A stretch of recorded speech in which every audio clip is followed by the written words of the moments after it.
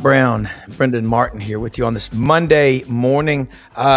Big weekend, big last week or so of college football. All these bowl games, playoff games. I think we're starting to see where college football. Good morning, Rob. Hi, Rob. Hey, How was your you? weekend? Mine was great. Good to talk to you, sir. It's good. You're just cold. I know things are a little, you get a little jumpy. I do too. I get scared of the cold. I'm scared of the cold weather. So. You grew up in it. Yeah, that's why I'm scared of it. Oh my God, you grew up in 2-foot snow, and like the people from Minneapolis that'll be down here that'll say, 6 inches, that's a dusting. So I mean, yeah. It's the ice that gets everybody. But look, dust on crust, we call it, my man. Dust on crust. Look, wherever you are watching, people like Paul Wickenheiser, the Burgermeister, who watches regularly out in Reno, Nevada. Paul, you're such a Burgermeister. He is. He's a big Georgia fan from Atlanta. Big Georgia fan, Memphis. Memphis. Sorry for your troubles. Casey Goodjohn out there in Cleveland County, Texas. Got some hook 'em horns. Thompson Westerberg up in Charlotte, the Queen City. All right, we got Coach Ellis Johnson going to check in with us here in the first segment. Stay with us the whole show, talking college football, the Final Four. We'll get inside his mind, and it's a great mind. It's a beautiful mind. Ken Capps and Bo Carter, the dynamic duo from out in the Metroplex in Dallas-Fort Worth and Carrollton, Texas, will join us as well. And hey, Coach, we got this college football going till late January. So for all the junkies out there, you have basically the late January, it's over. Then you got the Senior Bowl down in Mobile. You can get your fix on Reese's Pieces candies that our good friend Jim Nagy puts on. He's the executive director down there in Mobile. Some of those Reese's. Then about February 10th or 15th, somebody starts spring practice. So you keep people on the lifeline, Coach. I think Hawaii kicks it off, Coach. Don't the Rainbows start the first practice? I think the Bows start like next week, don't they? You got to be kidding me. The longer it goes, the better. If you ever watch some network TV, you live in fear of football season ending. Yeah, you really do. Coach, let's get your takeaways from, first off, Georgia Notre Dame. What do you think happened there? Was any team affected adversely by the delay of 24 hours after that horrible bombing by the now evaporated terrorist? But that was a hit. We talked about it with Frank Duffy on our show Friday. Frank's condo in the quarter was 50 feet from where one of those undetonated bombs was. It had to have changed the city. And also a very sad note, and I'm a big Kirby Smart fan. His father passed away after falling and I think breaking a hip, and had surgery and didn't survive the surgery. It's a tough time down there. Yeah, I don't. The delay for the two teams, I would have to say, was hard for both teams. Yeah, I personally didn't like playing a late 8:00 kickoff or something. It was just like being in jail at the hotel. Yeah. So, well, yeah, did it adversely affect somebody? It probably did, but both teams. Yeah. Now Kirby's thing, I didn't realize that until after the game, and I read it and I released yesterday morning, and what a tragedy. Yeah. I know that was difficult for him. Yeah. I was a little confused as to whether the fall occurred before the game. So, I think the way I read it, so, you've got a parent in the hospital who's going to have hip surgery. Yeah. And I would say that'd be a huge distraction. Oh, yeah, absolutely. Coach, and looking at Notre Dame versus Georgia, is the line of scrimmage. Notre Dame had 3 defensive linemen out, a top cornerback out. They didn't even play. I think they held Georgia to less than 50 yards rushing. Is the SEC this year, you talk about the league cannibalizes itself, but Georgia couldn't run the ball. That's always been their staple. Yeah, well, and one thing, I guess go back and look, ETN was never consistently in the lineup. Had the off-season issues, didn't start the first game or two. Then I think he had an injury, missed a few games, I'm not sure. But he was not consistently in the lineup. Now, they have other good players, but I think that probably affected them building a good, consistent running game. I think I said it once, and I'll say it again. I probably said it too often. The SEC was not all that good this year. Yeah. Now, my first premise was that it was still fast and physical, but there were two things. The top teams can no longer stack depth. The kids are leaving, they're going somewhere else to play. So, if you get a left tackle who's not your best left tackle, he might not be a very good left tackle. And then I think the other thing is I think the quarterback play in the league this year was not nearly what it has been in some past years. Usually the SEC would have 4 or 5 first rounders playing quarterback. They may not be all coming out that same year, but they would have first round quarterbacks in leading those teams. I don't think that was the case this year. And in addition, some of them were very young, took them a while to get going and have some kind of consistency. And the second thing is, I think some of them, with injuries in and out of the lineup, affected their progress and so forth. So I don't think – I heard somebody the other day, I think it was Schlabach, and I basically agree with him. He said nobody was that good this year. Well, and we've got to hopefully are going to change that. But I thought in the SEC, look at the offensive line play. Who had a great offensive line? And it takes coaches will always tell me this, and you know better than me, forgotten more than I know 100 times. It takes a couple of years to develop an offensive lineman. It's not something you can microwave. I think that's a great statement. And I think also when you start taking offensive linemen out of the portal, that is a position where they all need to play together for numbers of games to develop that kind of chemistry and communication and all that. I'd say one of the things that most fans don't have a clue is the amount of communication that a center on a football team is in charge of. And if he and the quarterback ever get off the same page somehow, you got a busted play. You're going to have somebody free to the quarterback on a pass play, or you're going to turn somebody loose on a run play. And so and as everybody tries to speed up in college game, it becomes even more crucial that they be on the same page. Yeah. So you look at Georgia now, they're out. Texas is the SEC's only hope. And the way the playoff was set up, it looked like there was a pretty clear path for at least 2 Big Ten teams to get into the Final Four. And I don't know, it doesn't guarantee still, though, that either one of those, Penn State or Ohio State, will be in the national championship game. But let's talk about Texas. They're up big 24-8 with 8 minutes, 46 seconds left in the game. And bam, Arizona State comes fighting back. Kenny Dillingham, and Brendan talked about this a lot. He's been high on the Sun Devils all season long. They've got players. They're not that far from California. They're right there. But damn, I like to say this, old Tommy Agee saying from Auburn, you're going to have to get down in the dirt and play a full 60 when you play Arizona State. And Texas thought it was over, and Arizona State didn't. I think they're going to be back in the hunt as long as Kenny Dillingham and that Scattaboo guy are there. Yeah, well, I think Scattaboo maybe coming out. And I was very impressed with the quarterback, the young quarterback, Levitt. I mean, he was the one. Scattaboo kind of ran out of gas, and Lord, he did everything but go over and sell hot dogs at the concession stand. That's right.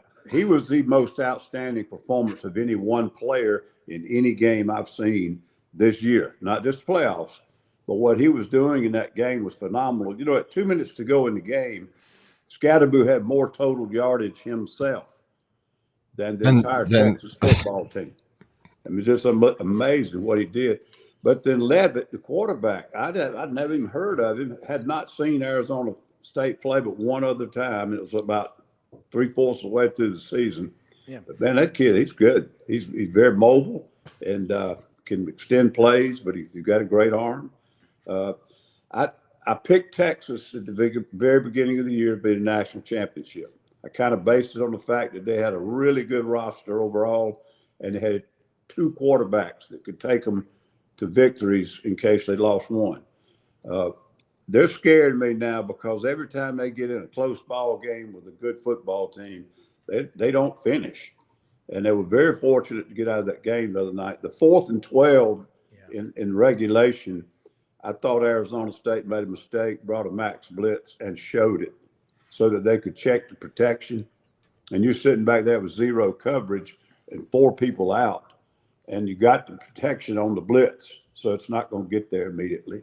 And he got right behind the safety, and that was it. So they go into overtime and could not finish. But I'm worried about Texas, and I definitely the way Clemson threw the ball on them and the way Arizona State came back and moved the football on them in the air, they've got some issues. Very lucky. That was a targeting. I love Mike Taft. He's one of my favorite players to watch. That was a targeting. That was a brand call for the playoffs. I wanted to ask you about that, Coach, because while watching that play, I mean, I of course screamed to the TV. Wait a minute, a scream! It was like that's targeting. Like that is and I said, I know everyone's come out and said it, but I was sitting next to a couple people. I said that is legitimately the definition of targeting. And then everyone looked at me in the room. They said, no, that's not. I said, no. That is, I've read this rule now 100 times. This is exactly why they put this in place. Do I like it? Hell no. I hate targeting, but because of these reasons, because it's really difficult to call, and it's really difficult to understand as a player, and it's really difficult to change your body in motion at like 0.1 second while you're in the, flying over 2 other players. I think it's impossible. So that beside the point, but Coach, like, what do you do with your team when that is a big sort of letdown, because I think it's hard to kind of come back that next play and get it up. What do you do, Coach, when you got that situation? What would you do? Well, I don't know. I think maybe it affects teams in the other way. I think it kind of fires them up or whatever. But the problem with that thing now, that's a big penalty. That's yardage, and first down, and the other team's got a really good player that's not on the field, and I don't like that part of the rule. They need to be taken out for a series or maybe a quarter, but this thing of suspending them for the rest of the game. And a lot of times the targetings that are called, the player couldn't help it. They both end up going low and bang. Or, but this one, he led with the head. Now, he didn't lead with the crown of his head, but he led with his head to the head. Made no attempt. And lowered the shoulder, right? Didn't try to get into the body or into the ribs or even hit the ball. I don't know.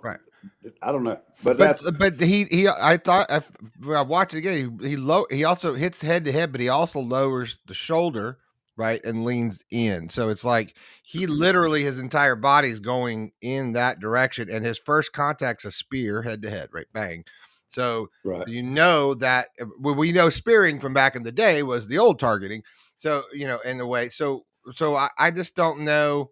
I guess what do we do with this rule, Rob? Like what? Because there needs to be some definition, because it literally affected an outcome of the game. I feel like that game's different if they call that play. All right, Coach. Here's the thing. My dad's watching right now, and he's 96, and he broke his nose 4 times that he knows of.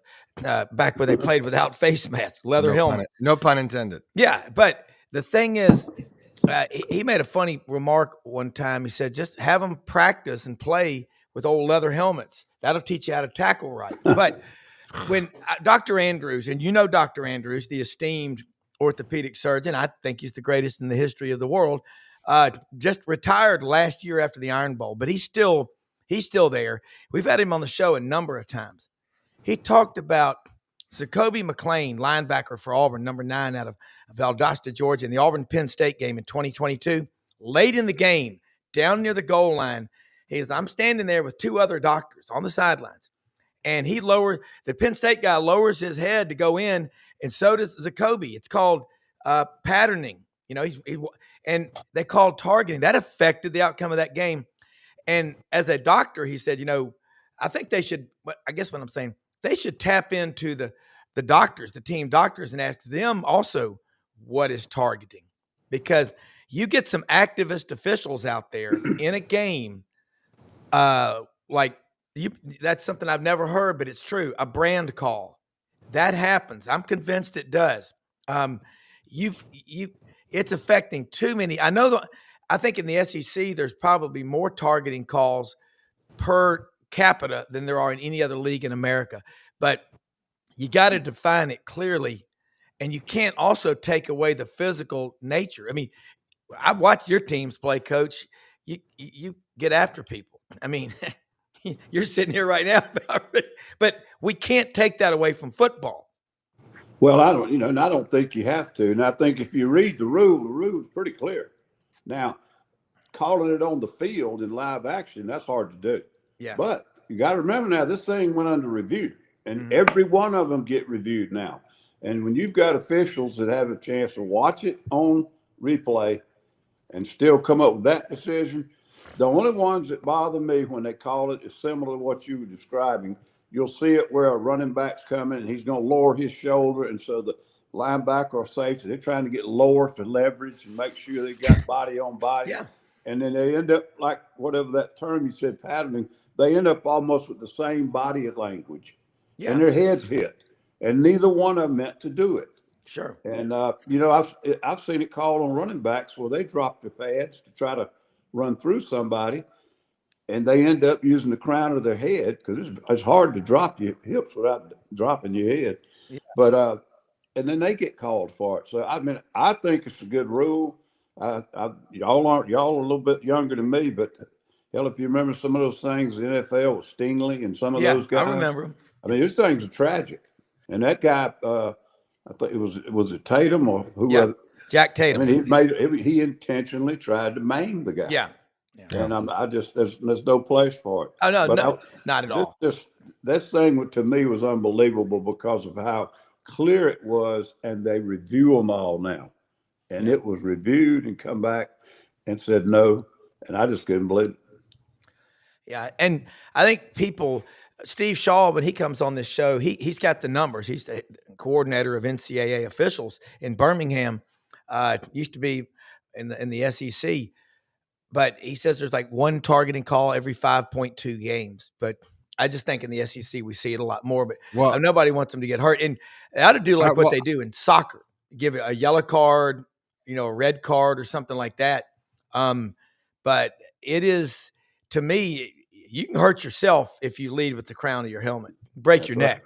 That's the thing.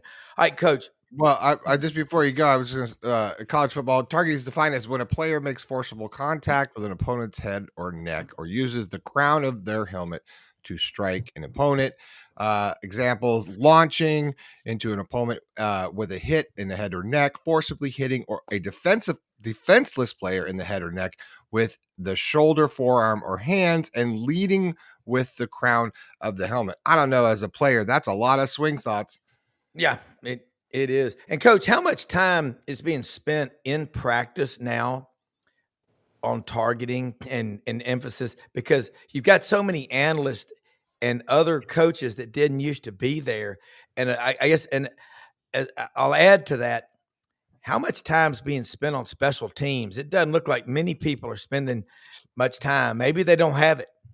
Well, the specific thing about targeting, most every program brings in officials in the preseason. Yeah. And that will be one of the things that they really emphasize to the team. And then on the practice field, it's constantly hammered on these guys. Keep your face up, keep your head up. Okay. Correcting them for doing things. I had a couple of tackling drills that I would make them do real close order, trying to get them to get their head out of the thing. And you just keep trying to hammer it. But when you're out there on the game field, these guys running full forwards and all this stuff and changing directions. And, it's just hard to keep that from happening sometimes. But I think it's a good rule, and I think it's necessary. I mean, I believe you'd have 5 and 6 players a year physically maimed. Yeah. I mean, handicaps if you didn't call some of that. Do you think it spawned from the in the grasp rule for quarterbacks, or the progression of these things? Because the game's changed a lot as far as how you engage in the last 15 years. Yeah, I understand some of that, and that's again a judgment call where he's got to decide how long do I let this go on, because it's to protect the player from somebody coming in when the other guy's held up, and again create a position for injuries. Most of these rules come in when trainers get together with Yeah. administrators or whatever, show them something that happened to a player on film, and say, what can we not do something about this? All the limitations on preseason practices and wearing pads every practice and all that, it came from the trainers, and that's who they go to for advice on it. And most time it's probably the right thing to do. Now in the grasp in the pros, that's where it started, most of it, and colleges tend to follow. But I mean, if you lose your quarterback in the pros, you've lost the main actor, the lead actor in the Yeah. play. You know, you that quality of the game up there depends upon the quarterback, getting to the quarterback, and who's going to catch the ball from the quarterback. And that's what NFL is. You know, the running game is something you use to get the other team, get the clock dead, and get the other team off the field. That's all that is. Except for Derrick Henry. Yeah, I mean God.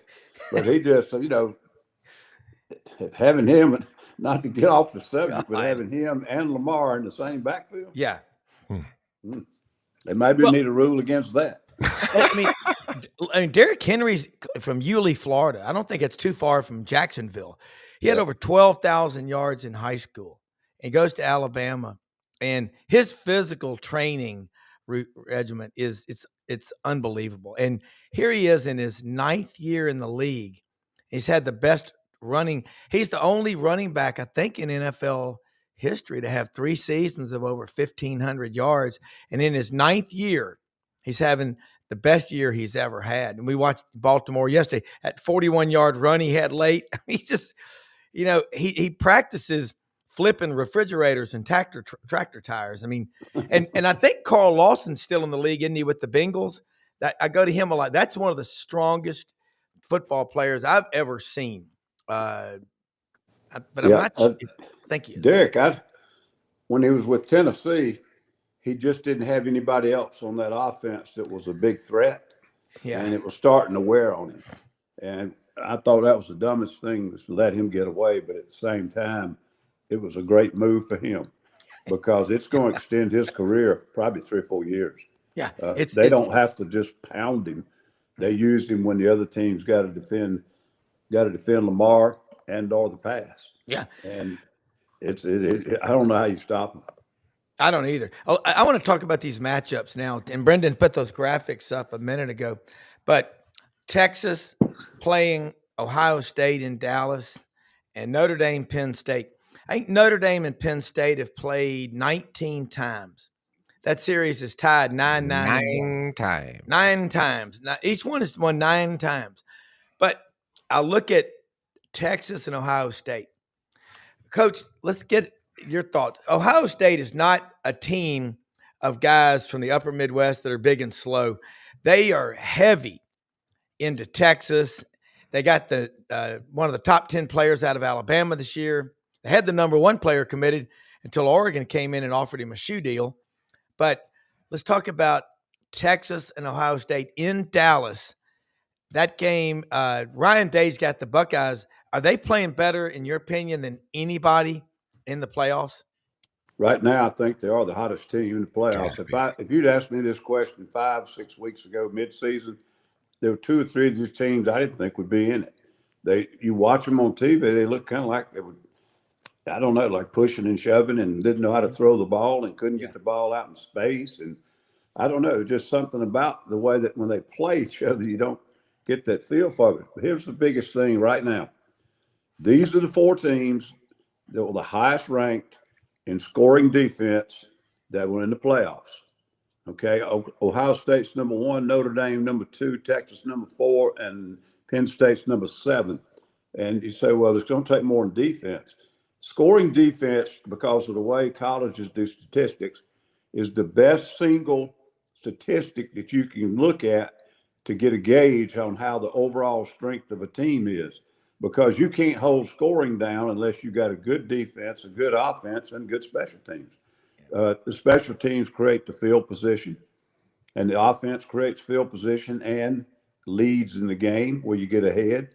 And if you just look at it, that's where those guys rank nationally. And some other teams that are right up there: Ole Miss number 3, Indiana number 6, Tennessee number 8, Alabama 10. I mean, you only had two teams. That was Boise and Arizona State that were not in the top 20 in scoring defense coming into this thing.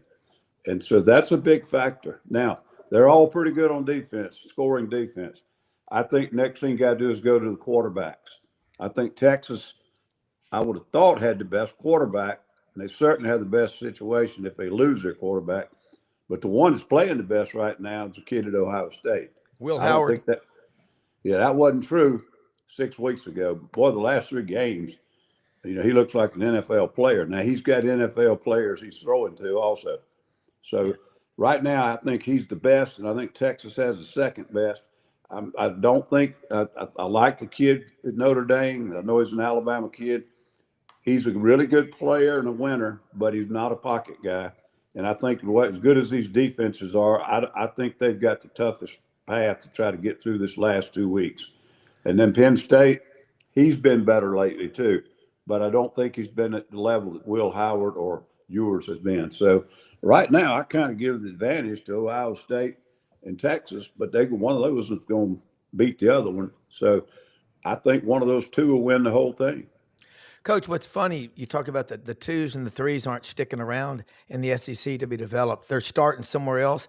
Perfect example, Kyle McCord, the quarterback for Ohio State last year, goes to Syracuse. And I watched Fran Brown at Georgia. He's from New Jersey. I watch a lot of different ACC network, different things. He came in there and just demanded these guys, okay, we're going to be really, really good this year. And he brought back, reminded him Syracuse has pretty damn good football tradition. But Kyle McCord's a backup, just like Joe Burrow, transfers to LSU. No big deal. In his first year, he completes 54% of his passes. 2019, he's got Joe Brady working with him, 78.6, and he wins the Heisman, and he's number 1 pick in the draft. We're going to bring in Bo Carter with us right now. And Brendan, if we can, I'd like to say something about Winter Timber Outdoors at this halfway mark. Winter Timber Outdoors in Athens, Alabama. Ain't too far from where you're from, Bo Carter. That's right, God's in country. The Quad Cities of Muscle Shoals, Sheffield, Tuscumbia, and Florence up there near the Tennessee River. Winter Timber Outdoors, got a lot of people are telling me they're going in there and they're going, Rob, you're right. The store is impressive. It's incredible. And it's Kenny Winter, his COO, Dylan Monroe. Pretty simple. Their game plan is to grow in the footprint of the Southeastern Conference. Broke ground in mid-November on their second store in Auburn. Should open up by June, maybe earlier. They're a big Sitka dealer. Dixie decoys. They've got everything you need for all the shooting sports. I mean, duck hunting, deer hunting, quail, pheasant, grouse, big game. I mean, Dall sheep, elk, moose. You want to go up there, the North Pole, get you a walrus. They'll get you outfitted. Not that I would want to go to the North Pole for a walrus. It'd be a little bit cold, but hey, got everything that you need. And take a picture of the QR code. Winter Timber Outdoors with Tay Masimara, GPS, buy one, get one. In Athens, Alabama, right now, you can go online. You can order. They've also got great merchandise, hoodies, T-shirts, hats, everything with the Winter Timber logo. Winter Timber Outdoors, proud to have them as a sponsor. I think you're the walrus. Yeah. Well, I do have the Eggman. Yeah, by the way, I went to see the Eggman up on Crowley's Ridge, Arkansas yesterday. Ellis will know this because he grew up in the country, and so did Bo.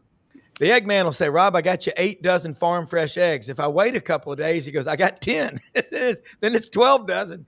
I just buy the balance. I buy the inventory. Bo, we got Coach Ellis Johnson, Brendan Martin, our executive producer in Ocala. Bo, let's get your thoughts on where we are. You've from the media, National Football Foundation, Baseball Writers of America. You're connected. Coach Johnson, I think he's more connected to the sports writers in this country than he's like Merv Griffin back in the day on Rodeo Drive in Hollywood. Your thoughts on where we are in year 1 of the 12-team playoff, and SMU even made it. Yeah, well, it's good to be with Coach Johnson. I just missed him at Mississippi State. I was there a few years before he was in 74 to 86. So got that Bulldog connection there, Coach. It's good to see him. but Rob, it's Hey, we've got big goings tonight. The football championship subdivision champion over in Frisco in 35 degree Wow. temperature. This game needs to be That's played football. That's indoors. football weather. Come on, that's But in football. Yeah, South hey, it Texas. is. It is like like Gainesville and Yeah. They'll be Yeah, okay. well, They're two teams are coming from the Dakotas and from Montana. They'll be fine. there. they'll Hey, be fun. That's a it's a warm warm weather day. day That's a for Yeah. warm day. 32 is balmy. their fans will be out there sunbathing Bay before the Yeah. breeze at 32 degrees rolling in. I mean, I'm putting on shorts at 32. Yeah. Yeah. Oh no, but it'll be back. But getting back to the the college football playoff, Rob, there's mass mayhem that with Texas playing over at AT&T Stadium, and we got snow predicted for Dallas Thursday and Friday, which is even more. Wow. It's chill factor of 7 here today, so we're having a real nice balmy day. It feels like Brendan Martin weather here. Wow. But no, it's Rob. It's been such a it's been an amazing thing. I think it's brought so much more interest to the college game. As Coach knows too, this time of year they're always talking about who's going to make the NFL playoffs and who's getting fired Yes, Black today. Monday or whatever. But this is really this has brought a whole new dimension to college football, man. It's and plus mega bucks to a lot of the FBS Yeah. pockets, I guess. Well, I mean, you talk about that, Coach. By the way, the Eggman is from Sharon, North Dakota, north of Bismarck, almost, in Canada. But anyway, he's talking about this weather. He came out yesterday in a T-shirt, and it was freezing cold over here. He loves it. This is nothing.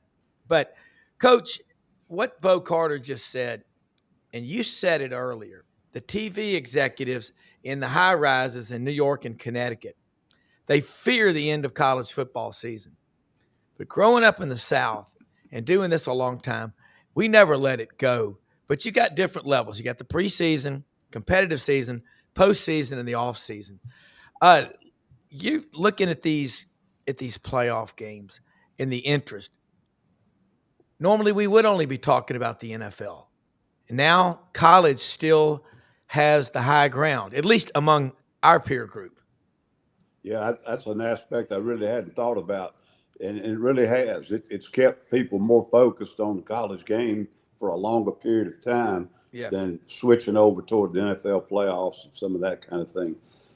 I am concerned about what it's doing overall to the game in college, but I think there's some things they need to do to tweak it, and maybe even go to 16 teams and make more people involved in it.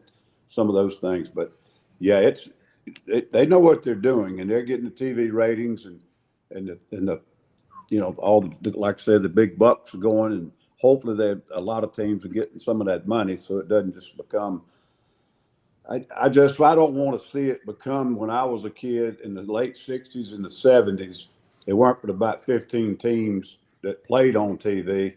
Now anybody can get on TV, but it's getting kind of where those same 15 or 16 or 20 teams that ran the show back then for different reasons are just about to get where they're going to run the show again.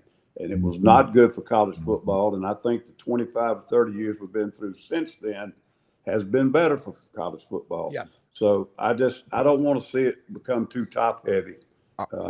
I know that makes it a better product to compete with the NFL, but I think it's going to damage the game overall on the college level.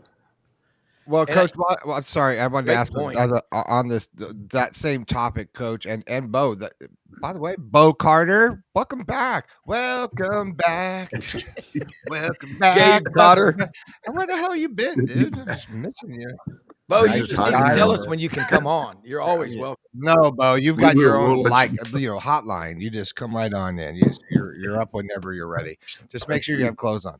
All right, Bo. Listen, I'm just curious about, and obviously, Coach Ellis Johnson. There's a lot of flack on Twitter. Excuse me, X, Twix, whatever, and all around social media, just about knocking the SEC's play in the college football playoffs. There's getting a lot, and rightfully so.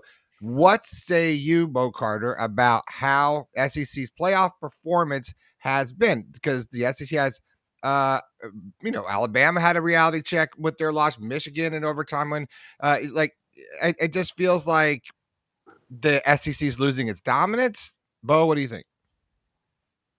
I don't know. It's a lot of has to do with matchups. And then, of course, Georgia's quarterback was injured. That didn't help anything against Notre Dame. And plus the tragedy down there really just all. And then poor Kirby Smart's dad fell and passed away during surgery Saturday morning or whatever. Too just a terrible week for Georgia last week.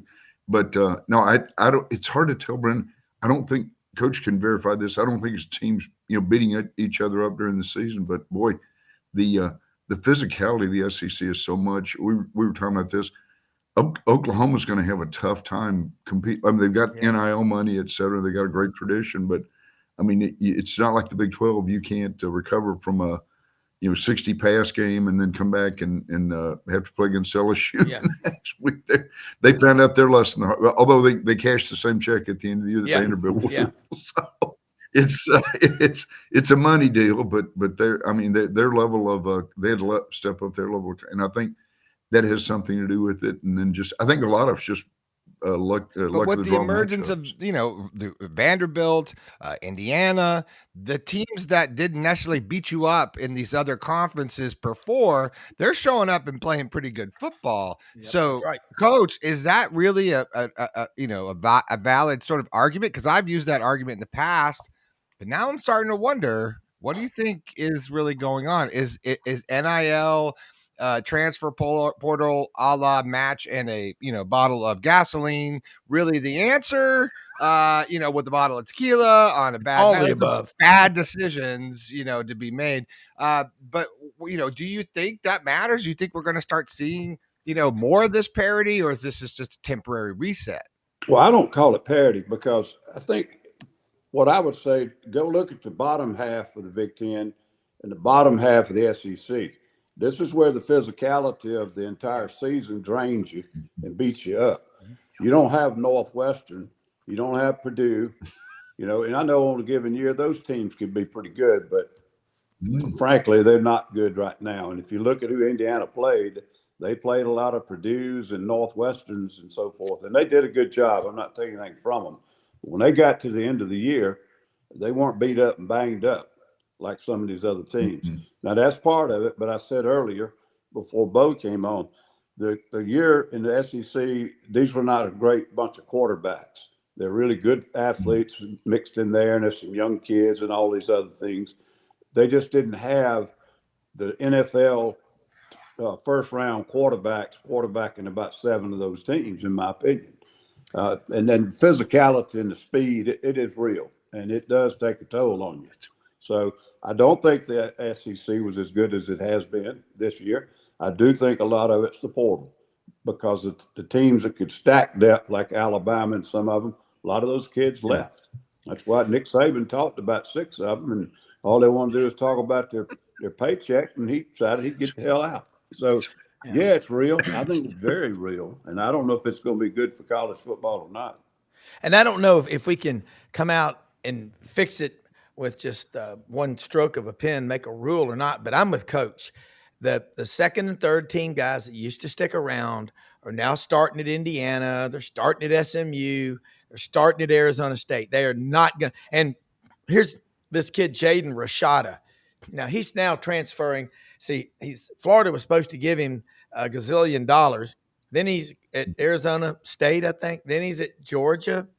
So he's about to go to his third school. This kid's father. I feel bad for that kid, because I feel like he got pushed out of the wash. I think what happened to him when it didn't go for him at Florida, I think it broke his heart. And I think because he was a Gator and he always wanted to play there. He committed early. He wanted to play there. He was excited. He told his friend. And then all of a sudden it's like, oh, by the way, I'm not a $13 million baby, and I'm not going to be at Florida. By the way, catch me in Texas, or excuse me, in Arizona, where I'm going to get hurt, and I got nobody. I'm barely on TV, and there's no one in the stands. Like it is. And then I feel like he gets sort of like it was sort of like a mental play. I felt like when Trevor Etienne went to Georgia from Florida, and then shortly after that, they doubled down with going to get Rashada to come, to be. I felt like that was a psychological sort of move in a way, because I think they were trying to. I really think that happens between Florida and Georgia. I think these kinds of things as gamesmanship happens. So I think, and do I think, and the kid was really talented. So we're talking about a kid that was highly recruited, one of the one or two guys coming out that year. I just feel like that. I feel bad for that kid because I feel like he should just go and try to become a pro or something else because he's just having he got caught up in this NIL transfer portal wash, and I feel bad for him. I think I don't feel sorry for him. I think his problem is he's being used as a commodity by his father, and that's what Coach and Bo and everybody, y'all know this. A lot of these kids are just a commodity, and that's when you got to sit them down and say, look, your son's 18 years old, and you're trying to just make money off of it. You ought to be ashamed of yourself. I don't think that's fair though to him because I think that his father's pissed. I think his father has a right to be pissed. I think his kid got screwed.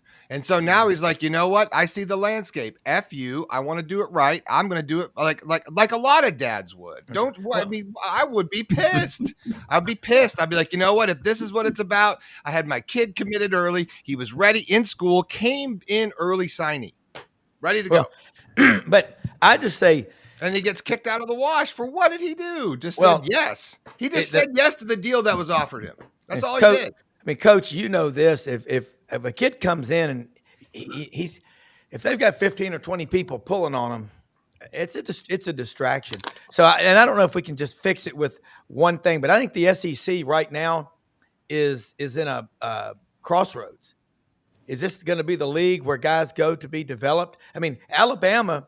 People say they got a discount with Nick Saban. A lot of Alabama fans at first were very reluctant to support NIL. We know about the kind and benevolent folks at the Red Elephant Club. I know a number of people who are members. They were like, we are the pinnacle of college football. Why do we have to be pumping out all this money?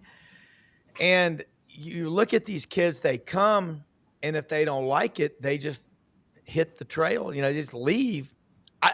It's not going to change in the SEC if you can't develop those second and third. We're going to be in the same situation next year unless kids start sticking around to be developed. As a coach, it takes time. You can't put brisket in the oven for 3 hours, a 15-pound brisket. It takes an hour a pound. It takes about 15 hours to do brisket right. And Ken Capps knows that because he's in Texas and there's brisket with the horns on him behind him. How are you doing, man? Oh man, I tell you, we're doing great here.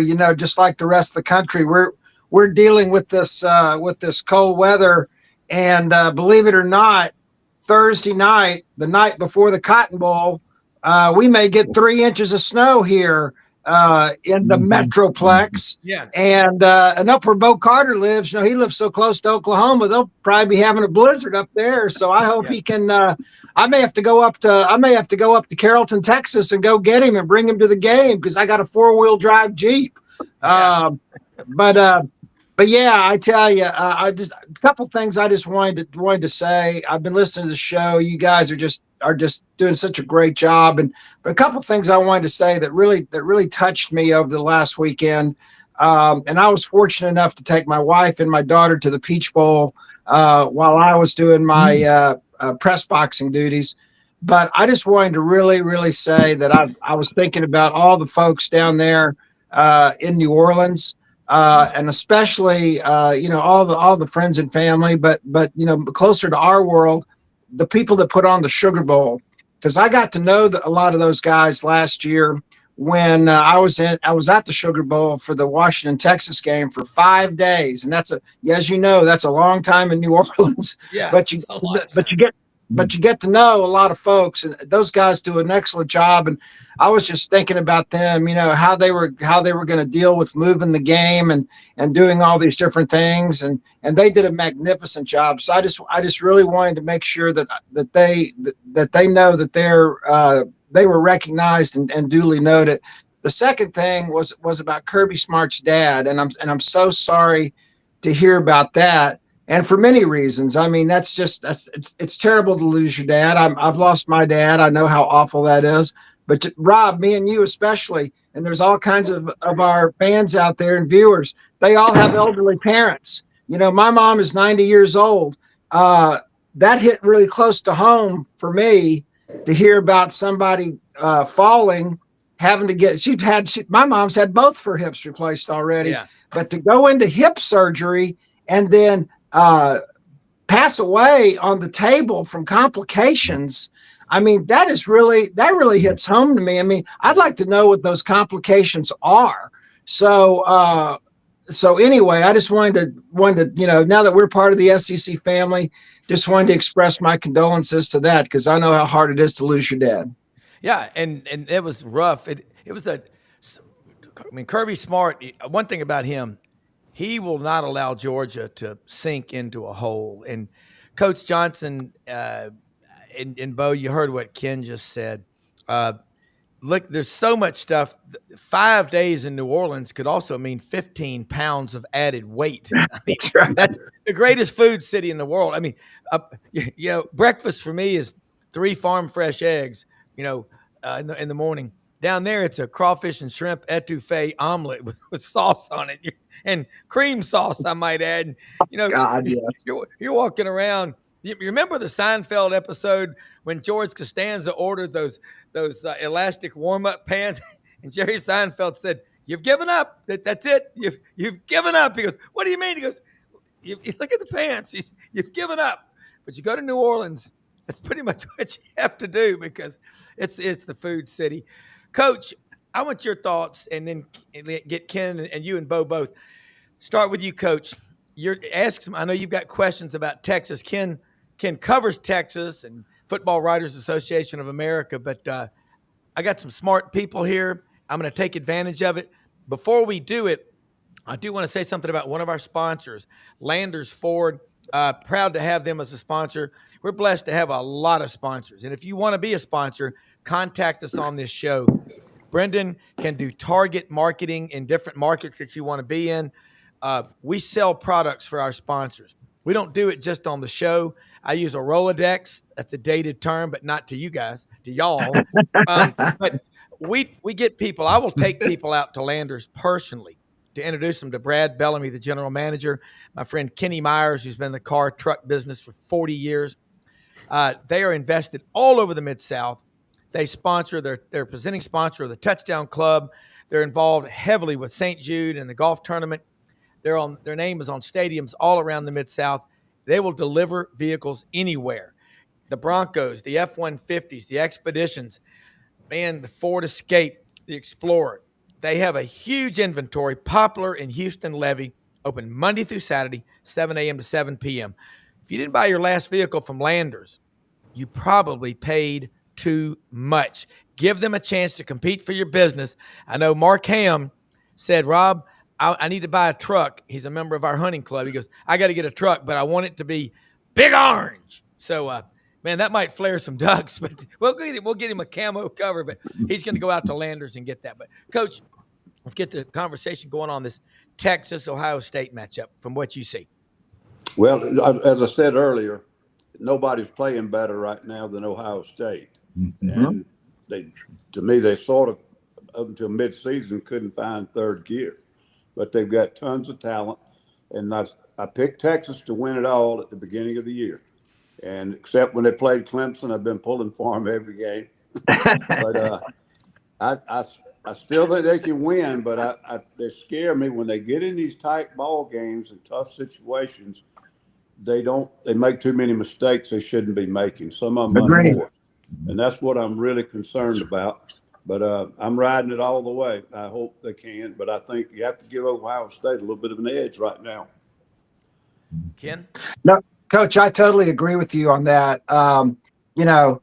Texas has given up more yards in the last two games versus Clemson and Arizona State. They've given up for like half the season, and you've got All Americans on the offensive line. You've got All Americans in the defensive backfield. You've got a Jim Thorpe winner in the defensive backfield, and both Klubnik and Levitt were able to throw deep on those guys. And that also that's credit to the offensive line of Arizona State, and of course Ohio State always has these giant humans, as Sark likes to say, on the offensive line. So I agree with you on all of that. My concern is looking at the game is that Texas got to be able to run the ball. Exactly. Texas has not been able to run the ball in the games where it's been close, and you saw it closed out the Clemson game by running the ball, and that's what really won the game. And the fact that Arizona State could somehow shut down Trey Wisner and Jaden Blue and hold them to less than 100 yards rushing together. I mean, I think it was like 50, 60 yards of total rushing for Texas. You just can't win ball games that way. And then to your last point, those false starts there in the third and the fourth quarter. I mean, to still be having those, 7, 15, 16 games into the season. I mean, that really makes it hard on your offense. And then, of course, Ewers throwing that deep ball to Isaiah Bond, trying to get him involved in the game, and it gets picked off. And, it's a brand new ball game. So, but on the other hand, I will say this. I heard you talking about 4th and 13 earlier when I was tuning in the show. And, I've said this all week since I got back. And I know that all the guys on this call remember it. Many of our fans won't. But that 4th and 13 was as big of a pass and play as what Texas calls roll left. And that's when James Brown had faced 4th down against Nebraska in the first Big 12 championship game in St. Louis, rolled left on 4th down. Everybody thought he was going to run it and threw it to Derek Lewis for a long touchdown pass and won the game. I have not seen anything that dramatic since the Ewers pass. And I mean, that goes to Vince Young. Everybody was expecting Vince Young to somehow pull out that victory against USC. And of course, he's still just like Bob Wills. Vince Young is still the king in Texas, but that Ewers pass on 4th and 13, that'll be one for the ages for the University of Texas. Yeah. Bo, you're down there in the Metroplex. Texas coming in to Jerry's World. It's going to be cold. By the way, I don't know if y'all watched The Landman with Billy Bob Thornton. Oh, yeah. I think the greatest role he ever played was Carl Childers in Sling Blade. Reckon what you got good to eat in there. Mm-hmm. I like them French fried potatoes. Mustard good on to me. Mm-hmm. There was a scene last night in Landman with Billy Bob Thornton and John Hamm. John Hamm's laying in a hospital bed, and there's this guy. They show the opening shot from behind, Jerry Jones. That was his first time I've seen him in a TV show. He's a pretty damn good actor. He said some pretty smart stuff. But Bo, this Texas crowd, Ohio State's going to bring people too. And also, are fans waiting, going, I can't do this 3 or 4 straight weekends? Is that part of why the crowds might be off a little bit? Because, I mean, that's a lot of money to fly and drive, and hotels, not that they gouge the rates up any during peak times. That would never happen in America. No, 2 things. Tennessee had a ton of fans up the Ohio State. Being a loyal Vanderbilt grad coach, they said they just want to get out of Knoxville for the weekend. Well, they got fans everywhere. But, no, I mean, Kirk Herbstreit says the largest visiting contingent he'd ever seen, and playing and then covering Ohio State for years. But one other thing that Ken probably is aware of this too. Will Howard, the Ohio State quarterback, has a great history at AT&T Stadium. He beat Stanford when he was quarterback at Kansas State, and then he came back and beat TCU when they were undefeated in overtime in the Big 12 championship game. So he he must have liked the lighting or whatever's going on, and they won't have the problem with pardon me, with the day games over there. They have Jerry Jones' favorite windows at the end of the stadium where people get caught in the glare and can't see passes. So this will be a night game, so the sunglasses won't be required for the quarterbacks and wide receivers in this one. But it's going to be a heck of a game, and I totally agree with Coach. Ohio State's on a gigantic roll right and now. you won't have to certainly worry about a conflict with the Cowboys being in a playoff game because that ain't happening this year. But I grew up a Cowboys fan in Memphis, man. 1971, I got a football signed by everybody on that team. My parents were down there at that game, and they got to go in the locker room, got me 47 black and white glossy photos signed by the likes of Roger Staubach, Walt Garrison, Dwayne Thomas, Bob Hayes, Bob Lilly, backup quarterback Craig Morton, Tom Landry, and dumbass here went out and played football in the neighborhood streets and got it all scuffed up. What would that be worth today on eBay or Cash App or something? It's priceless. It's priceless. It's what it is. It's priceless. It's what it is. Fran Tarkington jersey that was so big on me, I looked like Cousin Ed on the Addams Family walking around. You couldn't see. But I grew up a Cowboys. That was church on Sunday, lunch, and Cowboys games.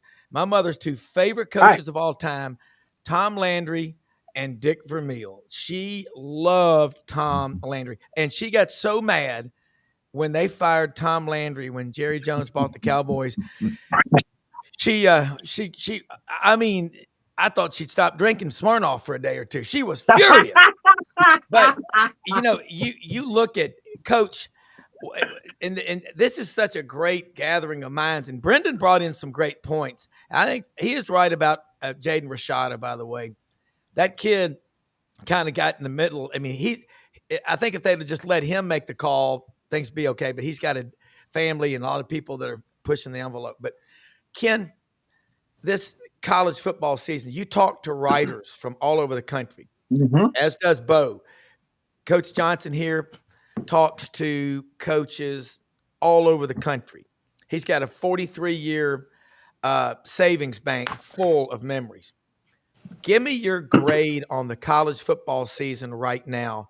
In the SEC 1 through 16, there's nothing like it, but is that also the reason why the league maybe this year didn't have a great team?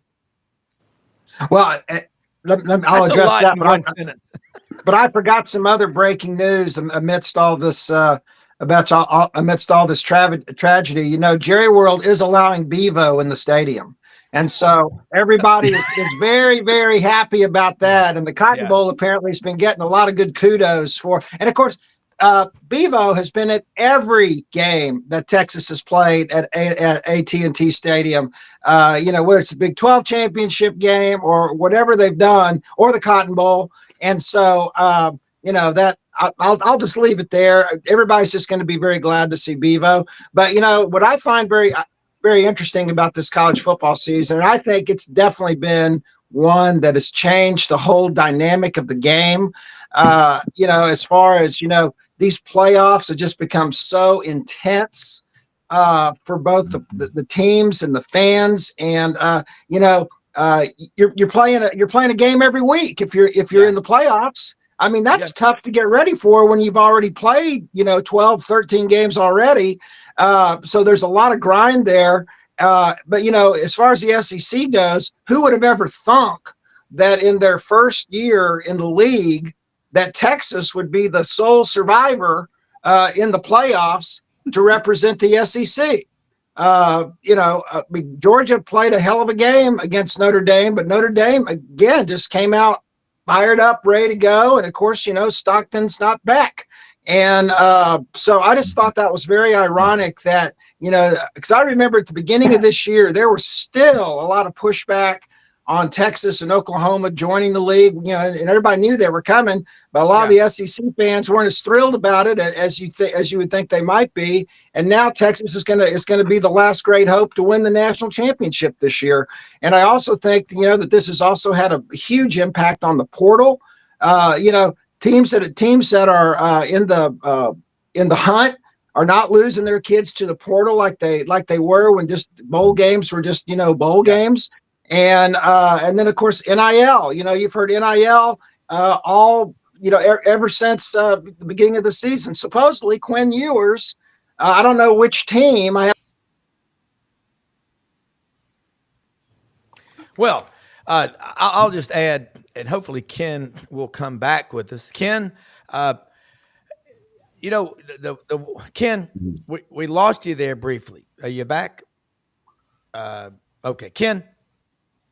The bottom line is, in this football season, the most powerful moment was in these playoffs, at least, was after the national anthem was sung at the Sugar Bowl in New Orleans. The Georgia and Notre Dame fans, that crowd, USA, USA, USA. And shame on ESPN for not showing that. The hell with them. I mean, that is ridiculous. And I'm telling you, I think this crowd in Texas and Ohio State and Notre Dame and Penn State, it's going to be, man, this is what makes America great. And these playoff games, Coach, it pulls people together. That's what sports do. I got to ask you, what would you be doing right now?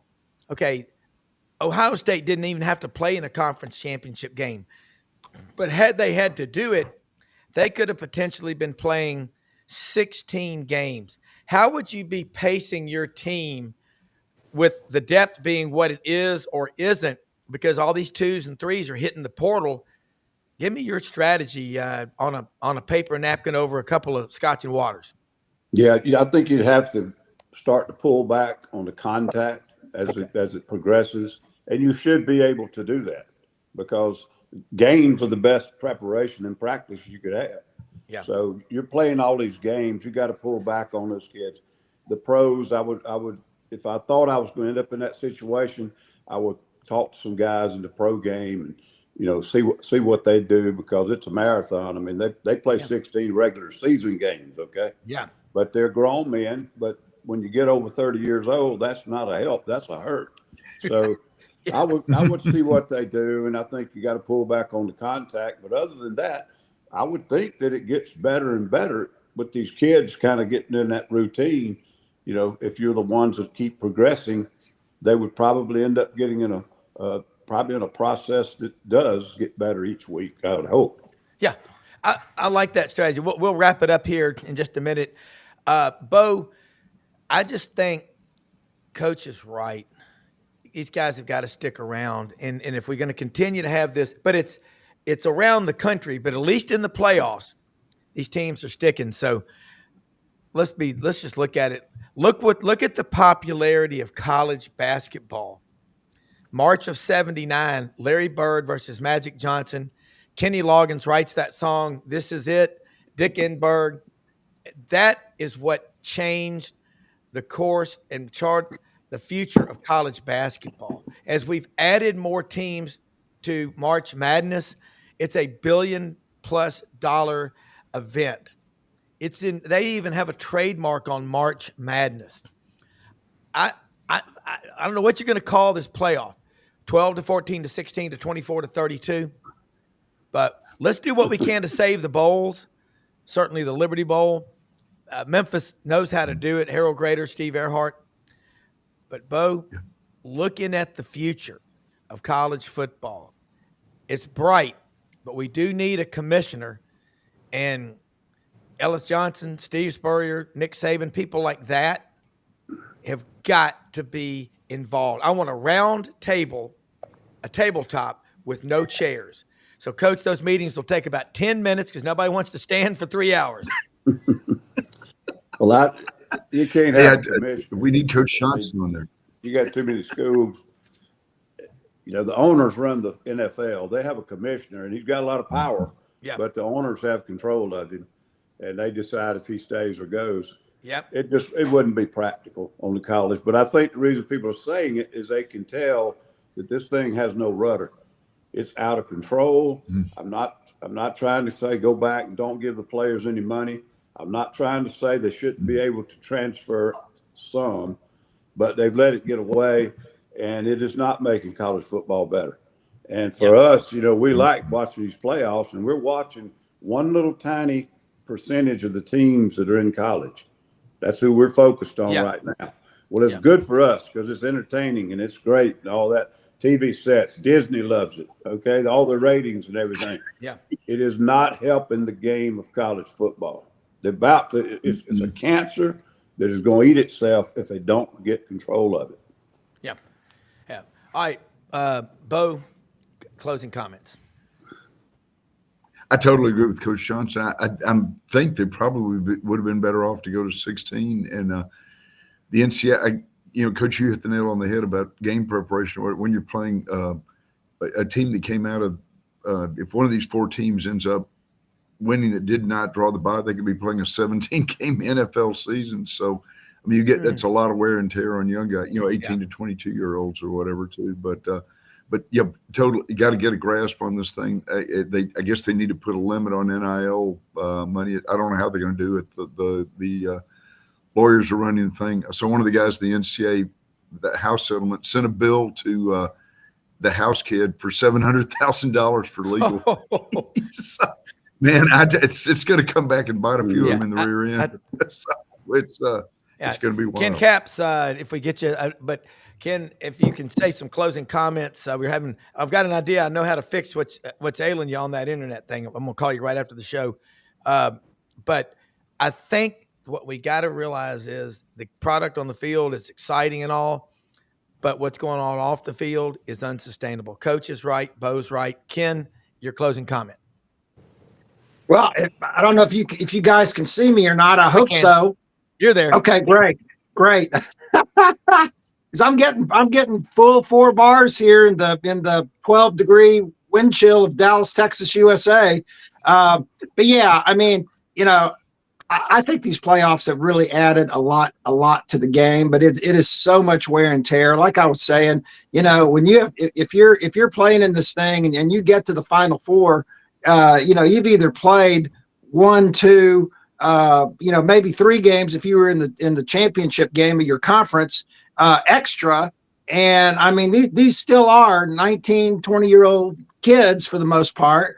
And, they're grown men, but then again, they're not in a lot of different ways. But as far as the portal goes, I completely agree. It's got to get under control. I just don't think you should be able to hop, skip, and jump every damn year. I just don't think that's fair to the team or to the kid, for that matter. I mean, there are some circumstances where, Coach Ellis has talked about this before, and I agree with him, where, there's some kind of personality thing or something, or some kind of problem between the coach and the kid. But just because you're not playing is because you want to transfer every year. I just don't think that's right either. I mean, you get maybe one transfer, and then, I'm just going to leave it at that. But then also on the NIL, that NIL has got to get in control, because right before I left the airwaves here, there's a rumor out there that Quinn Ewers has a $6 million NIL deal out there with another team if he doesn't come back to Texas this year and he doesn't enter the NFL draft. That is just amazing. Yeah. I don't know if it's true or not, and that's all I'm going to say about it, because I'm a reporter. I don't speculate on things. I get my facts. Yeah. But when you hear that somebody's out there for $6 million and they're still playing for the championship, something's got to change about that. Yeah, I agree. Hey, great stuff today, guys. Thanks all of y'all for being on here with us. We'll let y'all go and do it again. This is great conversation. All right, so have a great day, everybody. We'll wrap it up. I tell you what, Brendan, learned a lot today. I also want to say something about Hewlett and Dunn Boot and Clothing Company on the historic square in Collierville, Tennessee. Was out there, Friday afternoon. It was Thursday or Friday. What an incredible place. They've got so many items in there right now. There's a lot of stuff on the 50% off rack. Barber, Filson, they got thousands of pairs of boots, great looking men's and women's boots. Dingo, Stetson, Hire, that's the original cowboy boot. Men's and women's clothing. They've got great looking women's purses. Nobody else carries a purse, so women's purses. They've got Devil Dog jeans. They've got Old South T-shirts and shirts, Duckhead pants and blazers and pullovers. They have They got Wilson Arat. Nugget. They Yeah, got Carhartt. They yeah, got Corral, Countdown, yeah, Dan Post, Danner. I mean, look, seriously, I'm just going through the list. yeah. We Brendan, got you're right. the Boot Barn here in Ocala. No knocking them, but that's not even like 20% of what you're talking about here at Hewlett Dunn. And by the way, Rob, I'm due for a 2025 new cowboy hat. Well, or some boots or something like Because that I for wore you. my hat all weekend. Yeah. And I wear it now. I wear my hats all over the place now. And the people start to recognize me for my hats. And I Well, tell everyone to go to Hewlett and Dunn. oh, let me tell you something. But you told me last night, you know, people don't realize how many horse farms, ranches, whatever you want to call them, there are down in Ocala in Central Florida. You can Yeah. get geared for everything you need. Ariat, man, I'm going to tell you what, Oh, yeah. Ariat, Arat. Ariat is making some of the best No. looking stuff for the Arat. price that you'll You gotta say find Arat. anywhere. Yeah. Yeah. We got to say Those Arat. Arapayo boots, those are made Arat. out of those fish from Yes. South America. They got you covered.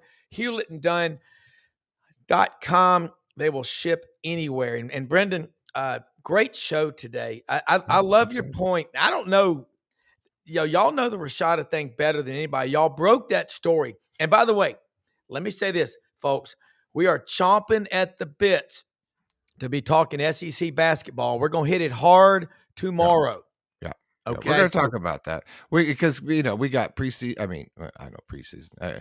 Look, I'm just getting out of college football. I'm not even there. I got to get through this week before I can even like switch gears. You know me, Rob. I don't start talking basketball until mid-January. Like Yeah, I need but Brendan, I got to transition. think about this SEC weekend. is dominating the Nikes Yeah. out of everybody. Yeah, watching basketball this course I weekend. watch it. I mean, Florida goes up there to Kentucky, and that was a 15-round heavyweight. Damn, the Gators are just really, really good. So defense is Kentucky's better mean. than expected. Auburn, Alabama, SEC's damn, dominating. Ole Miss, Yeah. Georgia. Ole Miss. Georgia's off to their best start since legit. 1931. Arkansas at 11-3. Tennessee Arkansas is the best team in the country right now. They look that way. Rob, we were talking to some people last night from Arkansas. Yeah, big players, friends of Tyson chicken people, and all those people up there at Harrods West and Harrods East and all of that inside. So Rob, it is so cool sometimes to be a source for people to sort of come to, and I think. You've always I'm just lucky enough to have the right DNA. With Buddy Martin, he was a legend. I think what did Paul Feinbaum call Buddy Martin? A Titan, he said. Remember on our show, he said, "Hey, Buddy's a Titan." But he said, I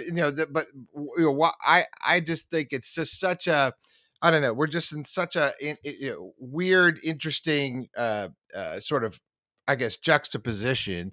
I like that word. I was trying to remember it. I had to get it out. But like with all the access and people come to us with information, whether it's true or not, you tend to just be a magnet for that stuff.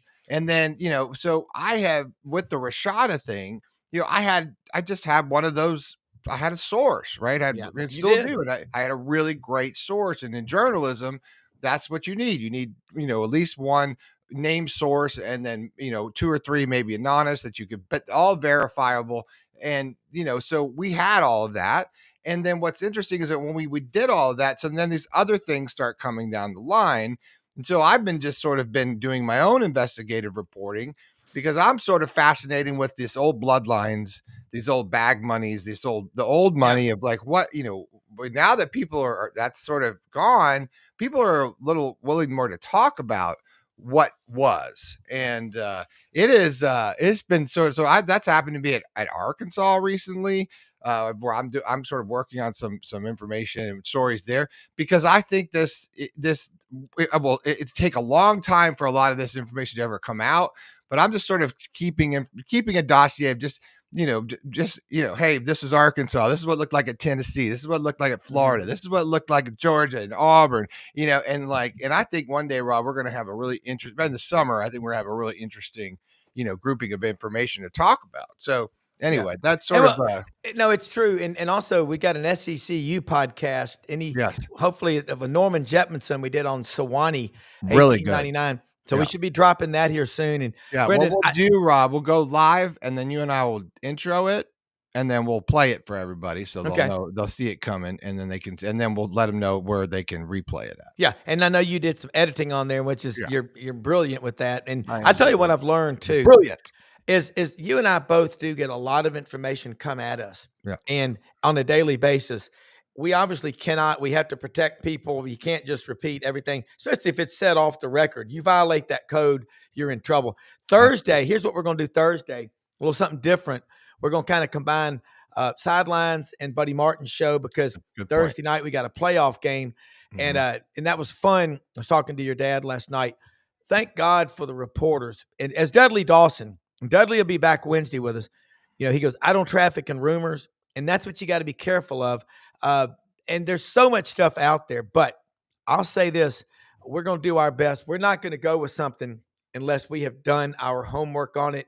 And there are lots of stories out there. And there's lots of stories out there. And here's the thing, now we're getting, this is another topic of, but now that we, it's hard to vet if there's a verifiable account on Twix or whatever you get. It's hard to tell what information's real anymore. So I think we're sort of come to us because I'm telling you, we do a lot of work just figuring out what's real and what's not. And y'all need to wise up a little bit. Some of this news that you're reading is BS, for one. For two, it's written by AI, right? Yeah. It's aggregated by an AI, and it's going an agent of AI, and then it's coming back, and those stories are just being summarized. And if you wonder if that story reads similarly somewhere else, it's probably because it's just been ripped and rewritten. So just know where your source and come here. Buddy Martin Show, SEC Sideline Sports, for Gator Sports, GatorRateMedia.com. We have more of our stuff coming down the line 2025, lots of exciting things. But just know that here we care about the truth. Well, Brendan, I'm going to ask you, let's do a podcast, an SECU here soon on AI and its role in today's media. Because Brendan, you told me like 1,000, but not media, Rob, not to interrupt you, but just in sport. Yeah, in sports.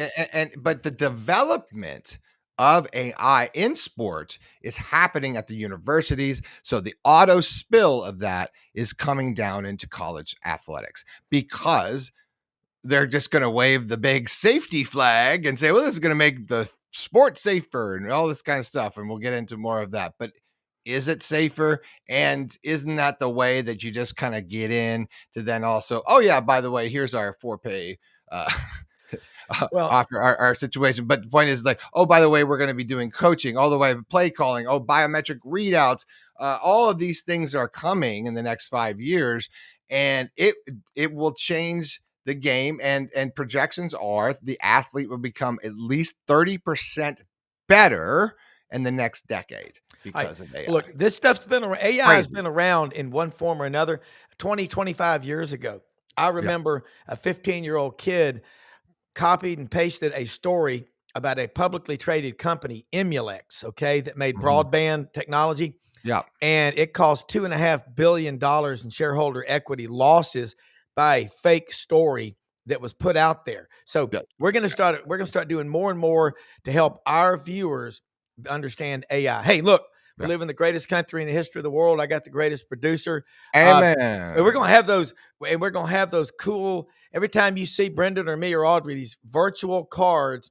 Hey, how do you follow us? Bam, we're going to put it up there. I don't know. We're going to get our money back from this one card company if they don't get it together, because there's another card company that's better. So Bonk, you're on blast, or you're on maybe blast if you don't call me back today. Oh, look, and I'm going to tell you something, Brendan. Outstanding. They don't want to deal with me, Rob. No, I agree. But I'm just saying outstanding on your part to bring up this AI stuff, because the average person doesn't understand it. Okay. And I've learned so much from talking to you about it. We're going to educate our audience. So tell your friends to come to this channel. The dude in the badass cowboy hat. I'm wearing some Mo Marsh from Hewlett and Dunn. We're going to educate you on sports and AI. Football is king right now. But SEC basketball is pushing every day. God bless Coming you. up next. See you tomorrow. Yeah, Watch the Buddy Martin everybody. Show.